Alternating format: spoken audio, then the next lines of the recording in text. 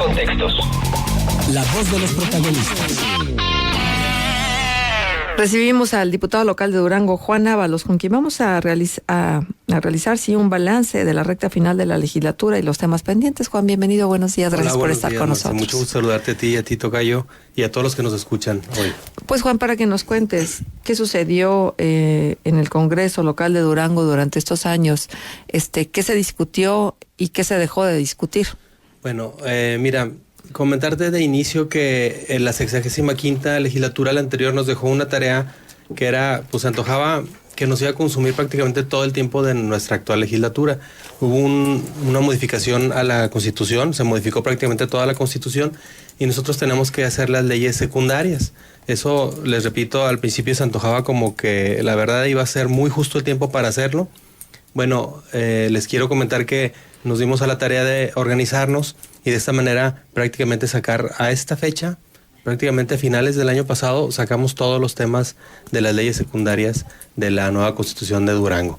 Esto al mismo tiempo que, bueno, realizábamos cuentas públicas, al mismo tiempo que hacíamos iniciativas. Por ejemplo, yo les puedo platicar de dos iniciativas en las cuales yo estuve muy metido. La primera fue la ley de cinematografía. Bueno, son tres de hecho. La ley de cinematografía, que fue la primera ley que aprobamos en el Congreso, en esta 66ª, que fue pues de la comisión que yo presido. Se hizo una consulta ahí, se trató de que el tema de la cinematografía en Durango fuera un tema más económico, porque muchos lo ven como que, oye, viene el artista, se toman fotos, pero es un tema económico que genera, que derrama. Entonces eso se busca, que haya un consejo que determine qué películas se filmen, si son viables o no, porque también puede venir una película, le puedes invertir millones y resulta que sale más caro el caldo que las albóndigas. Eso pretende esta ley de cinematografía.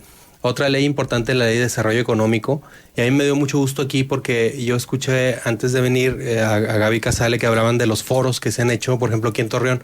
En esta ley de desarrollo económico se hicieron foros en todo el estado, con la clase empresarial principalmente, pero también con sindicatos y con actores, pues en todo el tema de desarrollo económico y de la economía en general. ¿Pero de qué sirve la ley si no hay estudios?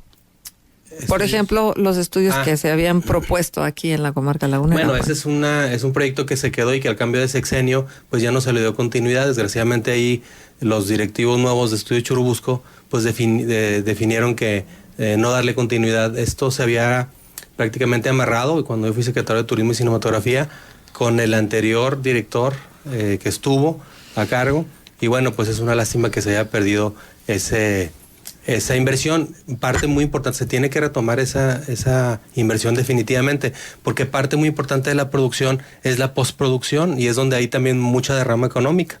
Toda la edición, por ejemplo, hacer videos, estas nuevas animaciones que hay en tercera dimensión, son bien importantes. Es una derrama muy, muy considerable que yo creo que se tiene que retomar. Es el siguiente paso que tiene que retomar Durango. Había que consolidar la industria porque por mucho tiempo estuvo muy tambaleante, ya no había tantas producciones. Yo creo que se recuperó mucho durante este sexenio el tema de cinematografía, y tiene que crecer hacia eso hasta que tengamos incluso una universidad del cine, donde aquí pueda haber ya creativos, ¿verdad? Que todo el ciclo del cine se pueda llevar en el estado. Porque si aspiramos a hacer nada más locaciones, pues la verdad es una visión muy pobre. Yo creo que tiene que crecer esta visión. Me refería yo a la ley de desarrollo económico, que a mí lo que me gustó mucho de esta ley es que hubo foros, y lo que se plasmó en estos foros fue cambios que ahora contiene la ley. Por ejemplo, el traslado de dominio.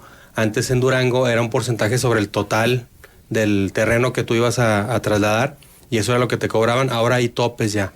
Eso nos hace más competitivos, porque simplemente con Coahuila y Durango pues había una diferencia enorme, y ahora ya somos más competitivos. Es un ejemplo solamente de la ley de desarrollo económico, de los puntos que contiene, pero sobre todo el espíritu, eso de incluir todo lo que se sugería ahí, o bueno, lo que hiciera sentido, porque luego también hay sugerencias que no hayas cómo armarlas, o no hayas cómo estructurarlas, o simplemente pues no tiene sentido, o es nada más conveniente para alguien que lo sugiere, pero no para la generalidad. Entonces yo creo que esas leyes pues muestran el espíritu que tuvo esta legislatura.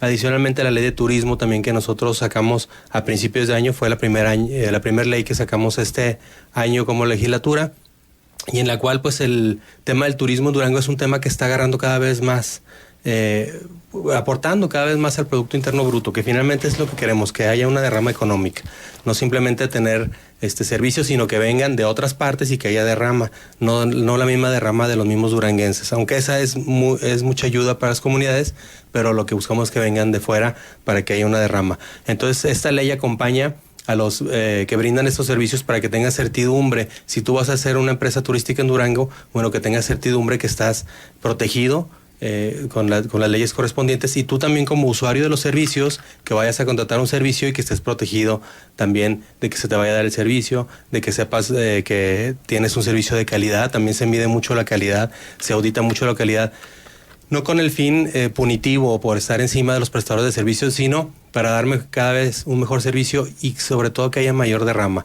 Si tú tienes un cuarto hotelero, por ejemplo, que ahorita rentas en 500 pesos, que es mucho el caso de Durango, bueno, que aspires a tener una remodelación, un mejor servicio, que tus empleados den ese plus y que puedas rentarlo pues aspirando a los 1,000 pesos. Pero esta vocación de turismo la tiene exclusivamente Durango Capital, Juan.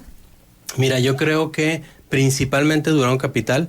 Yo creo que también el tema de la sierra es un tema muy importante en el tema de turismo.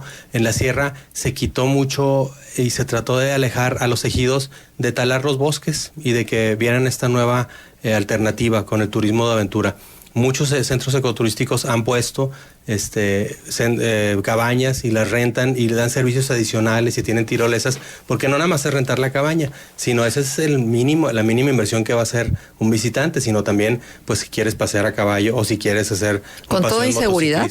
O sea, ¿cómo ha sido la actividad turística con la inseguridad que ha prevalecido y sobre todo en la sierra? Fíjate que en donde están el corredor que es prácticamente la Durango-Mazatlán, el tema de seguridad cuando inició el sexenio sí era un tema preocupante.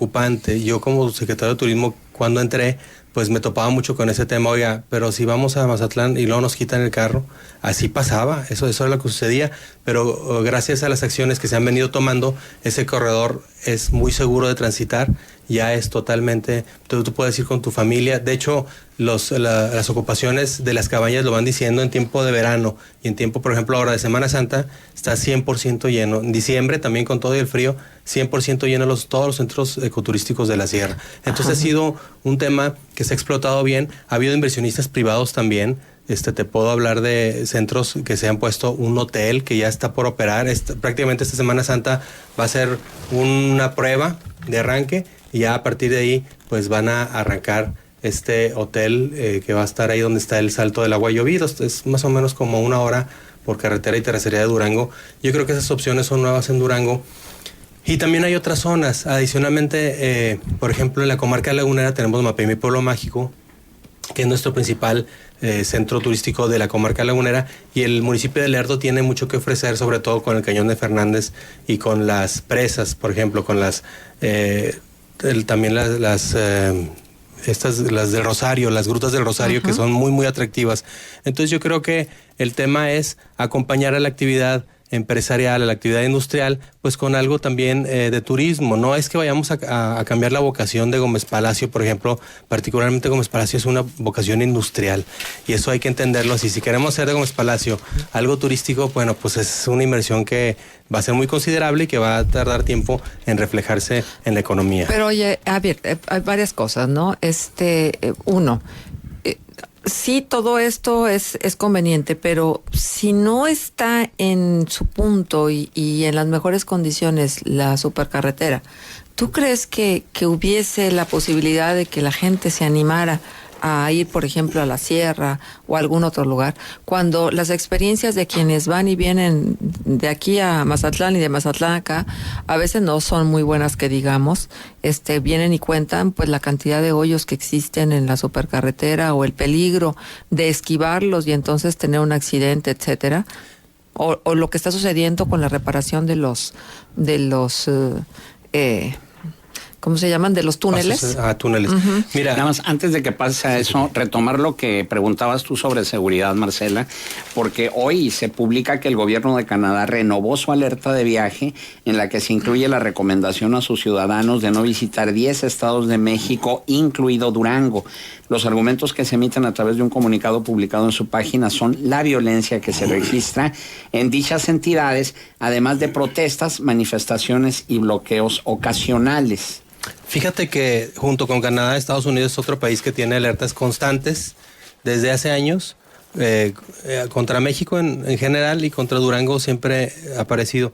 Yo te puedo decir que curiosamente el turismo de estadounidenses y de canadienses ahora con la apertura de la supercarretera pues se ha incrementado muchísimo. Antes de hecho era un turismo totalmente regional, ahora sobre todo en las épocas de invierno es cuando más ves ya grupos de canadienses sobre todo de canadienses porque pasan unas temporadas muy amplias en Mazatlán. Entonces yo te puedo decir que esas alertas realmente no son tomadas en cuenta por los ciudadanos. Tú lo ves porque van a Mazatlán, de hecho ahí exceptúan a Mazatlán y es curioso porque Mazatlán tiene índices de crimen más altos que Durango Capital, por ejemplo. Entonces es curiosa esa alerta, no sé cómo se estructura de tal manera que ellos cuando vienen y viajan se dan cuenta de la realidad de Durango.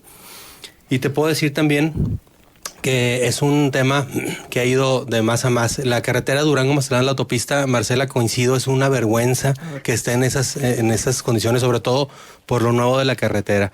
Yo he subido a tribuna y he exigido a la Secretaría de Comunicaciones y Transportes, también validando lo que ha pedido el gobernador de Durango, Jorge Herrera Caldera, pues que se repare esa carretera. No es posible que se tenga un presupuesto para estar construyendo y se termine y resulta que ya ha pasado tantos años que el primer tramo pues ya tiene más de 10 años, tocayo, que se construyó. Entonces se tiene que dar mantenimiento. Igual he levantado la voz con la carretera a Fresnillo, que es una carretera que es intransitable y no puede ser posible que una carretera que una zona económicamente tan importante como la comarca lagunera esté en ese estado y que tenga tanto tránsito económico. Igual la carretera Chihuahua, pues hay quienes no la circulan mucho, pero ya va por las mismas. Entonces, la Secretaría de Comunicaciones y Transportes creo que tiene el presupuesto y que tiene el deber de mantener las carreteras, porque luego sale carísimo prácticamente reconstruirlas, como lo que pasa en la Fresnillo.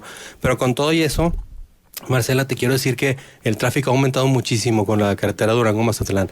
Con todo, hay gente que no la circulaba por la antigua, por la peligrosidad también, porque bueno, vas al lado de barrancos y es una carretera que impone y que no todo el mundo la maneja. Esta nueva carretera con todo y la velocidad más acotada que tiene por las reparaciones que están haciendo es conveniente y mucha gente la utiliza. Entonces ha sido un tema y un detonante importantísimo para el tema de turismo en Durango. Mira, te paso esto que nos dice Álvaro a través de la cuenta de Twitter. La carretera libre a Durango está llena de hoyos. ¿Cuándo la piensan reparar? No nada más piensen en la supercarretera. Y yo coincido, por eso hice ese señalamiento que te menciono en el Congreso sobre la carretera que va a Fresnillo y la carretera Chihuahua. Es que todo el mundo se centra en la Durango-Mazatlán, pero aquí en la laguna tenemos problemas con nuestras carreteras que nos dan conectividad. Ajá. Bueno, Juan, y para ti, ¿cuáles son los pendientes más importantes que deja la legislatura? Bueno, mira, hay pendientes que yo pienso sacar, por ejemplo, una iniciativa que yo tengo de movilidad urbana que quiero sacar antes de agosto, que se termina la legislatura. Hay una mesa que queremos hacer, un foro abierto que queremos hacer en Santiago Papasquiaro, porque de ahí también es Ricardo Rivero, que también propuso esta ley y a la cual me uní. Y también está pendiente los matrimonios del mismo sexo, que también lo debemos de discutir. Eso lo vamos a discutir antes de que termine la legislatura. De ninguna manera va a pasar a la siguiente legislatura. Y temas, por ejemplo, como el Instituto de Evaluación de Políticas Públicas, que yo creo que es un instrumento bien importante para pues garantizar que el gobierno del estado de Durango pues vaya haciendo las cosas de una manera profesional. Es un instituto que va a procurar acompañar justamente al gobierno pues para irlo evaluando cuáles son las mejores prácticas, cuáles cosas no está haciendo bien. Yo creo que ese es un gran pendiente que yo creo pues en cuanto haya presupuesto, suficiencia presupuestal, pues se debe de hacer y de distribuir. Juan, pues muchísimas gracias por estar con nosotros. Muchas gracias a ustedes, me da mucho gusto saludarlos siempre. Muchísimas gracias. El diputado por Durango, Juan Ábalos, estuvo con nosotros.